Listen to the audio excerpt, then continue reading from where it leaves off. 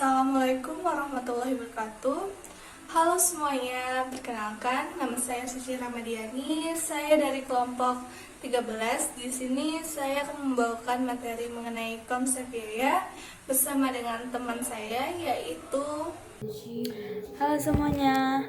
Di sini saya akan memperkenalkan diri saya. Saya dari kelompok 13 atas nama Yuniarta Putri Sianturi, dan tadi teman saya sudah memperkenalkan diri dia. Dan dalam video ini kami akan menjelaskan tentang apa itu konsep biaya, manfaatnya, fungsinya, dan berbagai halnya. Ikuti terus video ini ya. Terima kasih.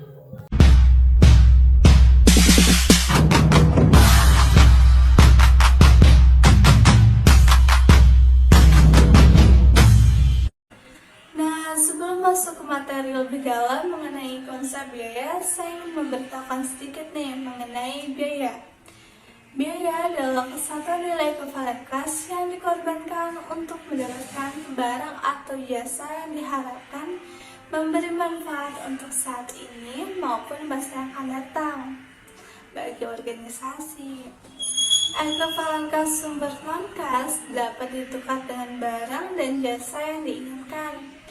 Memberi manfaat berarti pendapatan, dan jika biaya maka biaya tersebut dinyatakan biaya kadaluarsa, dan biaya kadaluarsa itulah yang disebut dengan beban.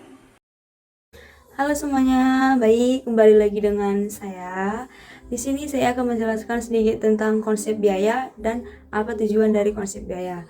Oke, konsep biaya adalah konsep akuntansi yang menyatakan bahwa seluruh pengeluaran perusahaan harus dicatat dalam pembukuan biaya.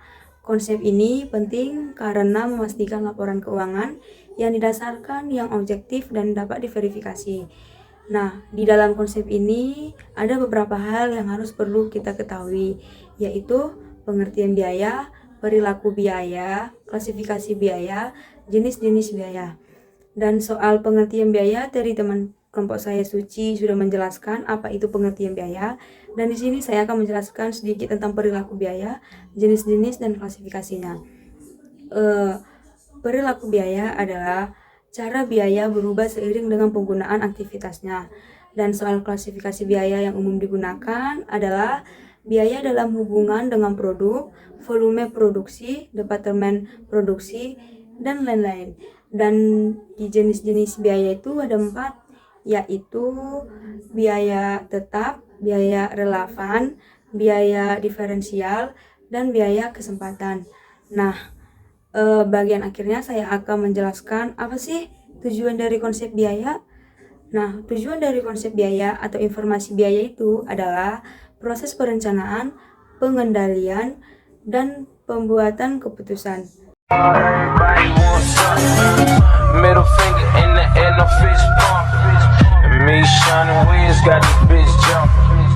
Di sini dijelaskan tentang apa itu konsep biaya.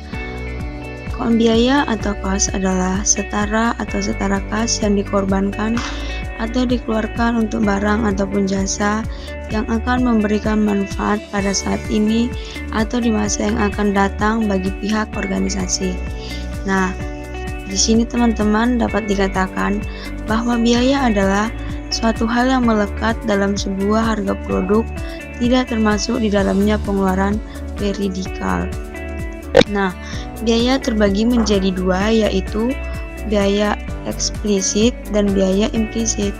Biaya eksplisit adalah biaya yang terlihat secara fisik, misalnya berupa uang, seperti gaji karyawan, termasuk bonus dan komisinya, upah karyawan, tagihan listrik, dan bahan baku. Biaya implisit adalah biaya yang tidak terlihat secara langsung, misalnya biaya kesempatan dan penyusutan barang modal. Contohnya sewa lahan sendiri dan penyusutan mesin produksi. Di dalam konsep biaya terdapat biaya tetap dan biaya variabel, di mana biaya tetap adalah biaya yang jumlah totalnya tetap konstan, tidak terpengaruh adanya perubahan volume kegiatan. Sedangkan biaya variabel adalah biaya yang jumlah totalnya berubah sebanding dengan perubahan volume kegiatan. Selanjutnya, fungsi biaya. di mana fungsi biaya ini untuk menjamin lancarnya kegiatan operasional sebagai dasar perhitungan harga pokok penjualan, tolak ukur penentuan margin profit, pedoman perencanaan pengeluaran berikutnya, dan lain-lain. Basic cost concept.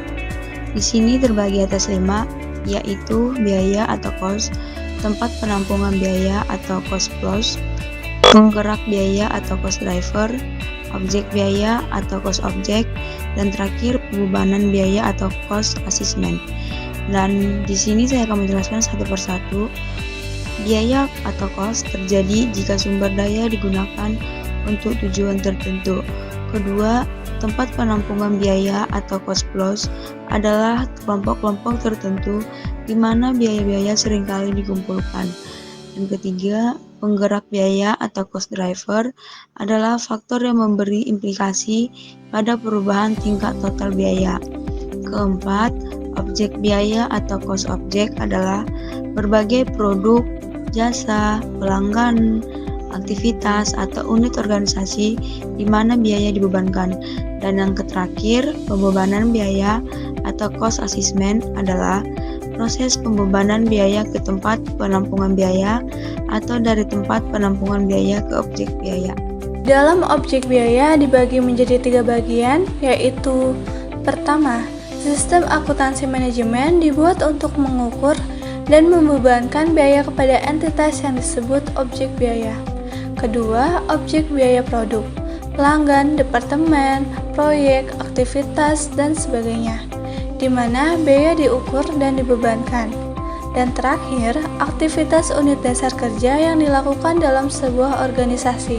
Kita di sini akan membahas tentang penggerak biaya. Penggerak biaya memiliki 2 peran penting bagi akuntan manajemen, yaitu yang pertama, memungkinkan pembebanan biaya ke objek biaya. 2. Menjelaskan perilaku biaya, yaitu bagaimana total biaya berubah ketika penggerak biaya berubah. Biaya produksi, yaitu biaya administrasi yang meliputi biaya eksekutif, organisasional, dan klerikal yang berkaitan dengan manajemen umum organisasi. Biaya produksi adalah biaya yang dikeluarkan dalam proses produksi, yang dibagi menjadi 3, yaitu pertama, bahan langsung. Bahan langsung adalah bahan baku yang digunakan untuk memproduksi suatu barang. Kedua, tenaga kerja langsung. Tenaga kerja langsung adalah tenaga kerja yang digunakan pada proses produksi. Dan ketiga, biaya overhead pabrik. Biaya overhead pabrik adalah biaya produksi selain biaya bahan baku dan biaya tenaga kerja langsung. Biaya non-produksi. Biaya non-produksi adalah biaya yang dikeluarkan yang tidak terkait dengan proses produksi dibagi menjadi 2, yaitu biaya penjualan dan marketing dan biaya administrasi. Dan di klasifikasi biaya, dan seperti tadi sudah saya jelaskan, klasifikasi biaya secara umum digunakan, dan di sini klasifikasi biaya berdasarkan konsep akuntansi keuangan atau konsep akrual dapat dibagi menjadi 2. 1. Biaya produk dan biaya periodik. Nah, di biaya produk, semua biaya yang terkait dengan pemerolehan atau pembuatan suatu produk dalam perusahaan manufaktur, maka biaya produk meliputi bahan langsung, tenaga kerja langsung, biaya overhead pabrik. Karena biaya produk ditentukan dalam persediaan, maka disebut juga inventoriable cost. Dan kedua, biaya periodik. Semua biaya yang tidak termasuk dalam biaya produk. Biaya ini adalah beban dalam laporan laba rugi dalam periode di mana biaya tersebut terjadi, yang termasuk biaya periodik dalam produk manufaktur meliputi beban penjualan dan biaya administrasi. Berikut ini adalah contoh aliran biaya dalam sebuah perusahaan manufaktur. Kalian bisa lihat di gambar tersebut terdapat biaya-biaya seperti biaya produksi, yaitu pembelian bahan baku, tenaga kerja langsung, overhead pabrik. Terus di sini juga ada biaya produksi juga, di bawahnya penjualan dan administrasi. Ada neraca, persediaan bahan mentah, persediaan barang dalam proses, terus persediaan barang jadi. Terus di sini ada laporan laba rugi, seperti laporan harga pokok penjualan, beban penjualan dan administrasi. Selanjutnya, klasifikasi biaya dalam laporan keuangan. Klasifikasi biaya yang tersusun dalam laporan keuangan itu dapat dibagi menjadi neraca, pernyataan posisi keuangan perusahaan. Terdapat perbedaan perhitungan persediaan untuk perusahaan manufaktur dan usaha dagang. Contohnya itu rekening persediaan perusahaan manufaktur.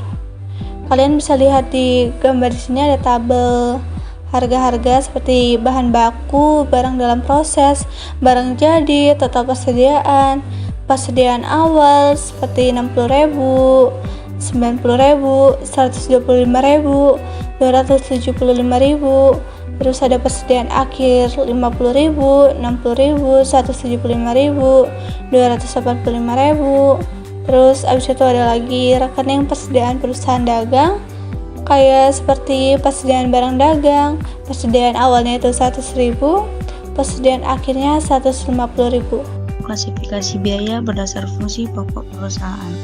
Dan di sini juga kita bisa melihat secara peta konsepnya biaya produksi, dan di sini juga dijelaskan pengertian apa itu bahan langsung, tenaga kerja langsung, dan biaya overhead pabrik atau BOP.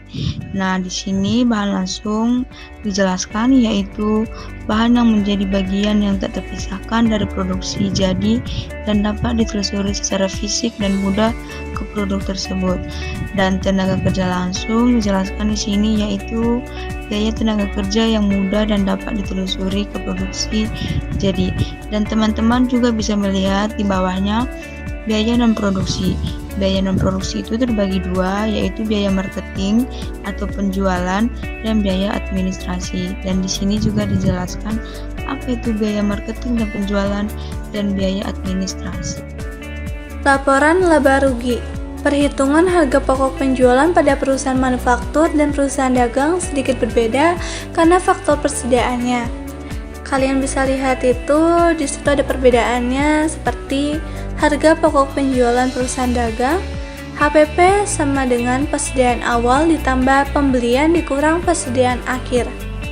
Terus ada harga pokok penjualan perusahaan manufaktur, HPP sama dengan persediaan awal barang jadi ditambah harga pokok produksi dikurang persediaan akhir barang jadi. Teman-teman sekalian juga bisa melihat di sini perusahaan manufaktur abadi. Apa sih yang dimaksud dengan perusahaan manufaktur itu? Perusahaan manufaktur adalah perusahaan yang mengubah bahan mentah menjadi barang jadi atau setengah jadi lalu menjualnya kepada pelanggan. Nah, teman-teman di sini sudah ada dibuat contoh perusahaan manufaktur abadi. Bisa teman-teman lihat pada gambarnya penjualan itu 7.500. Dan pada perusahaan manufaktur terdapat perbedaan pembebanan biaya yang digunakan langsung pada proses produksi dan biaya yang tidak langsung dikeluarkan pada proses produksi. Untuk lebih memahaminya, dalam perusahaan manufaktur terdapat perhitungan harga pokok produksi seperti yang dijelaskan dalam contoh berikut ini. Nah, teman-teman sekalian bisa melihat contoh pada gambar di bawah ini, perhitungan harga pokok produksi, di mana situ sudah dibuat harga-harganya seperti bahan langsung berbagai tempatnya dan biaya overhead pabrik dan total produksi. Di dalam perusahaan dagang perlu dihitung biaya persediaan awal dan biaya persediaan yang mempengaruhi harga pokok pada perusahaan dagang. Untuk lebih mudah memahami perhitungan harga pokok penjualan pada perusahaan dagang, diberikan contoh perhitungan harga pokok penjualan pada perusahaan dagang seperti gambar di samping. Baik, pada materi terakhir di sini klasifikasi biaya untuk pembebanan ke objek biaya. Biaya langsung atau direct cost dapat dengan mudah dan ekonomis ditelusuri secara langsung ke tempat penampungan biaya atau objek biaya. Sebagai contohnya, biaya bahan baku yang diperlukan untuk produk tertentu adalah suatu biaya langsung sebab dapat ditelusuri secara langsung ke produk yang bersangkutan. Klasifikasi biaya berdasarkan pembebanan ke objek biaya dapat dibedakan menjadi dua, yaitu biaya langsung dan biaya tidak langsung. Teman-teman sekalian bisa melihat apa itu arti biaya langsung dan biaya tidak langsung. Dan klasifikasi biaya untuk pembuatan keputusan. Dalam mengambil keputusan, seorang manajer perlu memperhatikan perubahan biaya akibat pemilihan suatu alternatif keputusan dibandingkan ke alternatif lainnya. Klasifikasi biaya tersebut adalah terbagi atas 3, yaitu 1. Biaya diferensial, 2. Opportunity cost, 3. Sunk cost. 1. Di sini saya akan menjelaskan apa itu biaya diferensial. Biaya diferensial perbedaan biaya antara dua alternatif. A. Incremental cost adalah perubahan biaya atau kenaikan yang terjadi karena perubahan dari satu alternatif ke alternatif lainnya. Yang kedua atau B. Decremental cost adalah jika terjadi penurunan biaya karena perubahan alternatif. Dan kedua, opportunity cost adalah manfaat potensial yang akan hilang bila salah satu alternatif telah dipilih dari sejumlah alternatif yang tersedia. Yang ketiga, sunk cost adalah biaya yang telah terjadi dan tidak dapat diubah oleh keputusan apapun yang dibuat saat ini ataupun masa yang akan datang.